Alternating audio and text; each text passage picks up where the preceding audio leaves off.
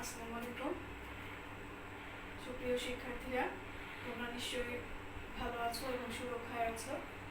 আমরা দীর্ঘদিন পর আবার ক্লাসে যুক্ত হয়েছে। আমি নুসরাত জাহান, সহকারী অধ্যাপক পদার্থবিজ্ঞান, নারায়ণগঞ্জ সরকারি মহিলা কলেজ। আমরা গত ক্লাসে উইটস্টোন ব্রিজ নীতি এবং উইটস্টোন ব্রিজ গাণিতিক সমস্যার সমাধান করেছিলাম। আমাদের এই চ্যাপ্টারে আমরা প্রায় শেষ পর্যায়ে চলে এসেছি। আর কিছু টপিকস আমাদের আছে, এগুলো পড়লে আমাদের চ্যাপ্টারটি শেষ হয়ে যাবে। তবে আমরা বিগত ক্লাসগুলোতে যে টপিকসগুলো নিয়ে আলোচনা করেছিলাম সেগুলো কিন্তু আমাদের থিওরি প্লাস গাণিতিক সমস্যার জন্য প্র্যাকটিস করতে হবে। বিশেষ করে রোধের সমবায় এবং উইটস্টোন ব্রিজ এবং ব্রিজের নীতি, কারশফের সূত্র, এছাড়াও আজকে যে টপিকসগুলো আলোচনা করব এগুলোও কিন্তু গাণিতিক সমস্যা হিসেবে থাকতে পারে। তাহলে আজকে আমরা পড়বো, দেখো, তড়িৎ শক্তি, তড়িৎ ক্ষমতা, শান্ট, অ্যামিটার এবং ভোল্টমিটার। তড়িৎ শক্তি বলতে কি বুঝছি? তড়িৎ শক্তি হচ্ছে কোনো যন্ত্রের মধ্যে দিয়ে কোনো তড়িৎ উৎসের কাজ করার সামর্থ্যকে তার তড়িৎ শক্তি বলা হয়। যদি কোনো তড়িৎ যন্ত্রে কোনো পরিবাহীর মধ্য দিয়ে টি সেকেন্ড সময়ে 1 কুলম্ব চার্জ পাঠায় এবং পরিবাহীর দুই প্রান্তের বিভব পার্থক্য যদি 1 ভোল্ট হয়, তাহলে ওই যন্ত্র দ্বারা ব্যয়িত শক্তি বা সম্পাদিত কাজকে বলা হচ্ছে তার তড়িৎ শক্তি। তাহলে কি হচ্ছে তড়িৎ শক্তিকে বলছে আমরা কি? তাহলে তড়িৎ শক্তিতে মূলত কোনো যন্ত্র দিয়ে সম্পাদিত কাজের পরিমাপকে বলা হচ্ছে তার তড়িৎ শক্তি। তড়িৎ শক্তিকে দেখো প্রকাশ করছে আমরা কি?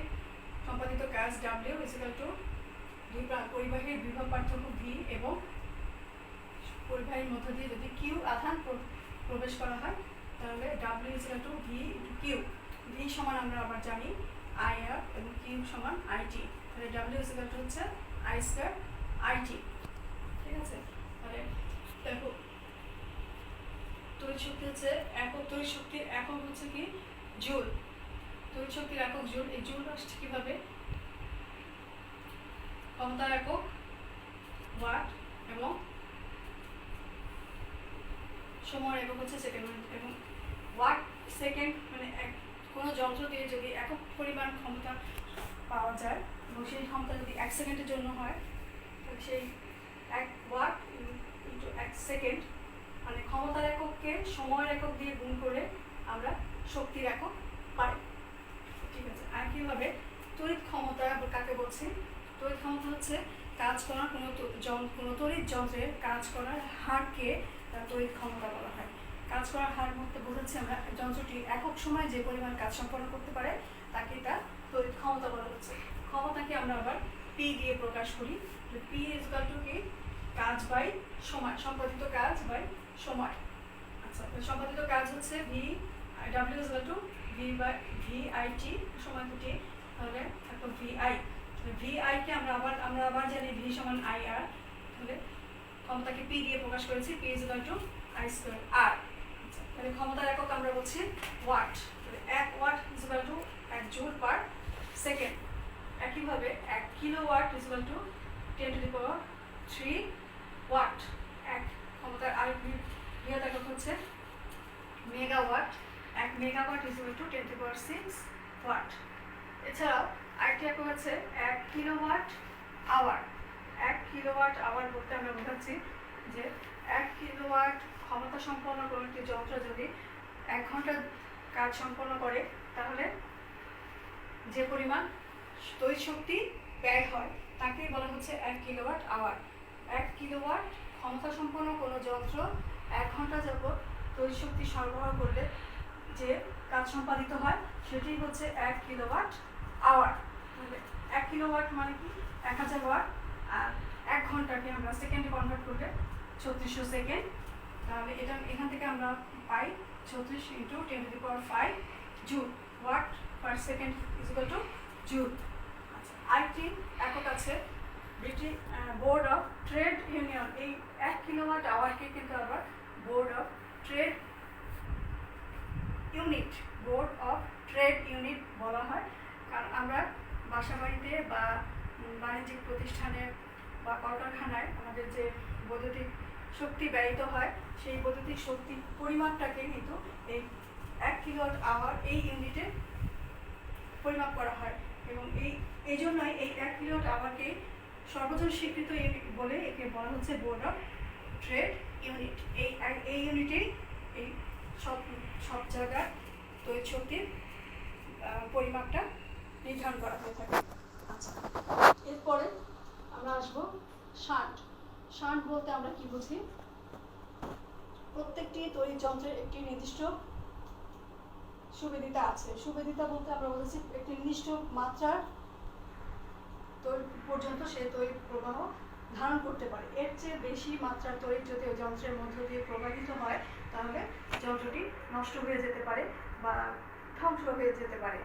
বিশেষ করে আমরা পরীক্ষাগারে যে তড়িৎ যন্ত্রগুলি ব্যবহার করি বা যেমন অ্যামিটার, ভোল্টমিটার, গ্যালভানোমিটার এই জাতীয় অত্যন্ত সংবেদনশীল যে যন্ত্রগুলি আছে সেগুলো কিন্তু রক্ষা করার জন্য সেগুলো যেন অতিমাত্রায় তড়িৎ প্রবাহের কারণে যেন নষ্ট হয়ে না যায় তার জন্য কি করতে হয়, সেই যন্ত্রগুলোর সাথে একটি স্বল্প মাত্রার রোধ যুক্ত করে অতিরিক্ত তড়িৎ প্রবাহ হতে যন্ত্রটিকে রক্ষা করা হয়। সেই স্বল্প মাত্রার রোধটিকে বলা হচ্ছে শান্ট।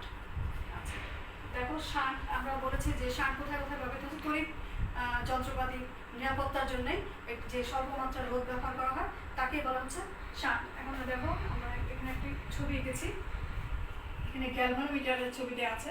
গ্যালভানোমিটারের সাথে একটি শান্ট যুক্ত আছে। এখন গ্যালভানোমিটারের সাথে মধ্যে শান্টের ব্যবহারটা কি বা গ্যালভানোমিটারের মধ্য দিয়ে কিভাবে শান্ট বা গ্যালভানোমিটারের মধ্য দিয়ে যখন শান্টের প্রয়োগটা হবে সেটি কিভাবে আমরা দেখাবো। দেখো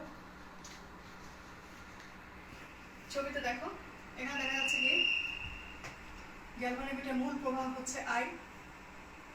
এখানে এই গ্যালভানোমিটারের মধ্যে দিয়ে মূল প্রবাহ যাচ্ছে গিয়ে গ্যালভানোমিটারের এখানে এটা হচ্ছে এ বিন্দু, দুই প্রান্তের বিভব পার্থক্য হচ্ছে ভি এ এবং ভি বি। আচ্ছা, এর সাথে দেখো একটি স্বল্পমানের রোধ, এই রোধকে বলছি শান্ট এস, সমান্তরাল সমবায়ে সংযুক্ত হয়েছে। আচ্ছা, তাহলে মূল প্রবাহ আই কি হবে? গ্যালভানোমিটারের মধ্যে দিয়ে যখন যাবে তখন দুই ভাগে মূল প্রবাহ এ বিন্দুতে এসে দুই ভাগে ভাগ হয়ে যাবে। দুই ভাগ হয়ে কি হবে? গ্যালভানোমিটারের মধ্য দিয়ে সামান্য অংশ যাবে এবং বেশিরভাগ অংশ যাবে শান্টের মধ্য দিয়ে। এই গ্যালভানোমিটারের মধ্য দিয়ে যে সামান্য পরিমাণ তড়িৎ প্রবাহিত হওয়ার কারণেই কিন্তু এই যে গ্যালভানোমিটারটি রক্ষা পাবে, মানে নষ্ট হবে না, আর বেশি প্রবাহ চলে যাবে শান্টের মধ্য দিয়ে। তাহলে এই ক্ষেত্রে দেখো গ্যালভানোমিটার প্রবাহকে আমরা আই জি দিয়ে প্রকাশ করেছি এবং শান্টের প্রবাহকে আমরা আই এস দিয়ে প্রকাশ করেছি এবং এই শান্টের মধ্যে দিয়ে গিয়ে আবার বি বিন্দুতে যখন আসবে এসে আবার মূল প্রবাহে গঠন করবে। ঠিক আছে, এই প্রথমে কি হলো? প্রবাহটি আই এ বিন্দুতে এসে দুই ভাগে ভাগ হয়ে গেল, কিছু অংশ গেল গ্যালভানোমিটারের মধ্যে দিয়ে আর কিছু অংশ গেল শান্টের মধ্যে দিয়ে। তারপর এই প্রবাহটি আবার বি বিন্দুতে পৌঁছে মূল প্রবাহে পরিণত হবে। আচ্ছা, তাহলে গ্যালভানোমিটারের মধ্যে দিয়ে যে প্রবাহটি যায় সেই প্রবাহটি কিভাবে আমরা দেখি? যেহেতু দুই প্রান্তের বিভব পার্থক্য ভি এ এবং ভি বি, আমরা দেখতে পাই গ্যালভানোমিটারের প্রবাহ যে ভিবি বাই জি। একইভাবে শান্টের প্রবাহ V A minus VB by S. ঠিক আছে। আচ্ছা, কিন্তু আমরা আবার বলছি যে মূল প্রবাহ আই ইজ ইকুয়াল টু কি? I G plus I S. এই যদি হয় এটিকে আমরা 1 নম্বর সমীকরণ দিই, এটিকে আমরা 2 নম্বর সমীকরণ দিই, এটিকে দিলাম 3 নম্বর সমীকরণ। তাহলে দেখো 2কে 1 দিয়ে 2কে ভাগ করলাম 1 দ্বারা, কি পাওয়া যাবে? I S I G V A V B S into G V A minus V B. আচ্ছা, এটা কি হয়? জি বাই এস, এটা কাটা যাচ্ছে। তাহলে I S I G is equal to G by S. অতএব I S is equal to কি আসে? G by S into I G. ঠিক আছে। আচ্ছা, এখন দেখো এটাকে একটা সমীকরণ দিলাম 4 নম্বর। 4 নম্বর সমীকরণকে এখন আমরা 3-এ বসাই। 4-কে 3-এ বসাই, কি পাই? করব I is equal to IG plus IS G by S into IG, লেখা যায় IG কমন নিলে 1 plus G by S, IG S plus G by S I। আচ্ছা, অতএব এটি হচ্ছে আমাদের মূল প্রবাহ। এখানে এই যে G S plus G by S, একে বলা হচ্ছে শান্টের গুণক। গ্যালভানোমিটারের মধ্য দিয়ে যে প্রবাহ, গ্যালভানোমিটারের প্রবাহকে, আইজি হচ্ছে গ্যালভানোমিটার প্রবাহ, গ্যালভানোমিটার প্রবাহকে শান্টের গুণক দিয়ে গুণ করলে আমরা মূল প্রবাহ পাই। ঠিক আছে। আচ্ছা, কীভাবে তাহলে আমরা গ্যালভানোমিটার প্রবাহটা কীভাবে বের করতে পারি? গ্যালভানোমিটার প্রবাহ হচ্ছে I S I G S S plus G, তাহলে আইজি ইকুয়াল টু কি আসে? S S plus G into I. এটি হচ্ছে গ্যালভানোমিটারের প্রবাহ, এবং এটি হচ্ছে এটুকুকে কি বলছি আমরা? শান্টের গুণক। তাহলে শান্টের গুণককে মূল প্রবাহ দিয়ে গুণ করলে আমরা আবার গ্যালভানোমিটারের প্রবাহ পাই। একইভাবে শান্টের প্রবাহ, শান্টের মধ্যে দিয়ে যে পরিমাণ তড়িৎ প্রবাহিত হচ্ছে, শান্টের প্রবাহটাকে আমরা কিভাবে বের করতে পারি? এখানে আমরা গ্যালভানোমিটারের মধ্যে যে প্রবাহ যাচ্ছে সেটি বের করলাম, শান্টের মধ্যে দিয়ে যে প্রবাহ যাবে সেটি আমরা আবার এই 4 নম্বর সমীকরণে এখান থেকে পাই। দেখো 4 নম্বর সমীকরণে কি ছিল? 4 হতে G by S into I G, I G ছিল কি? S S plus G into I, কাটা যাচ্ছে G S plus G into I. এটি হচ্ছে আমাদের শান্টের প্রবাহ। আচ্ছা, তাহলে দেখো প্রথমে আমরা বললাম শান্ট কি, এবং শান্টের মধ্য দিয়ে যে শান্টকে যখন আমরা গ্যালভানোমিটারের সাথে সমান্তরাল সমবায়ে যুক্ত করে গ্যালভানোমিটারকে রক্ষা করলাম, সেই ক্ষেত্রে গ্যালভানোমিটারের মধ্য দিয়ে সামান্য প্রবাহ গেল এবং বেশি প্রবাহ গেল শান্টের মধ্য দিয়ে। তারপরে এই ক্ষেত্রে আমরা শান্টের প্রবাহ এবং গ্যালভানোমিটার প্রবাহ দুটি বের করলাম। আচ্ছা, এরপর দেখো মেয়েরা আমরা আরেকটি টপিকস আছে অ্যামিটার। অ্যামিটার কি? অ্যামিটার হচ্ছে যে যন্ত্রের সাহায্যে কোনো পরিবাহীর দিয়ে যে তড়িৎ প্রবাহিত হচ্ছে তা সরাসরি অ্যাম্পিয়ার এককে পরিমাপ করা যায়, তাকে বলা হচ্ছে অ্যামিটার। তড়িৎ প্রবাহ পরিমাপ করার যে যন্ত্র, সেই যন্ত্র দিয়ে তড়িৎ প্রবাহটি অ্যাম্পিয়ার এককে পরিমাপ করা যায়, সেটি হচ্ছে অ্যামিটার। আচ্ছা, অ্যামিটার দিয়ে যখন আমরা তড়িৎ প্রবাহ করি, কোনো অ্যামিটারের যে সর্বোচ্চ পরিমাণ তড়িৎ প্রবাহ হতে পারে, কোনো অ্যামিটার দিয়ে যে পরিমাণ সর্বোচ্চ যে পরিমাণ তড়িৎ প্রবাহিত হতে পারে, সেটি হচ্ছে তার অ্যামিটারের পাল্লা। এখন এই অ্যামিটারের তড়িৎ প্রবাহের সর্বোচ্চ পরিমাপটাকে বা সর্বোচ্চ পরিমাপ বা অ্যামিটারের যে পাল্লা, এই পাল্লাকে আমরা আবার বৃদ্ধি করতে পারি। কিভাবে? অ্যামিটারের সাথে যদি আমরা একটি স্বল্প মানের রোধকে সমান্তরাল সমবায়ে যুক্ত করি, তাহলে অ্যামিটারের পাল্লাকে বৃদ্ধি করা যায়। অ্যামিটারের সাথে স্বল্প মানের রোধকে সমান্তরাল সমবায়ে যুক্ত করা হয়। এই যে স্বল্প মানের রোধকে যুক্ত করছে, সেই স্বল্প মানের রোধটি হচ্ছে আমাদের শান্ট। তার মানে অ্যামিটারের সাথে শান্ট যুক্ত করে অ্যামিটারের পাল্লাকে বৃদ্ধি করা যায়। একইভাবে ভোল্টমিটার। ভোল্টমিটার কাকে বলছি? যে যন্ত্রের সাহায্যে কোনো পরিবাহীর দুই প্রান্তের বিভব পার্থক্য ভোল্ট এককে পরিমাপ করা যায়, তাকে বলা হচ্ছে ভোল্টমিটার। অ্যামিটারের মতো ভোল্টমিটারেরও একটি নির্দিষ্ট পাল্লা থাকে, যে এই একটা নির্দিষ্ট সীমা পর্যন্ত বিভব পার্থক্য পরিমাপ করা যায়, তাকে বলা হচ্ছে ভোল্টমিটারের পাল্লা। তো ভোল্টমিটারের পাল্লাকেও আমরা বৃদ্ধি করতে পারি। এই ক্ষেত্রে ভোল্টমিটারের সাথে শ্রেণীতে একটি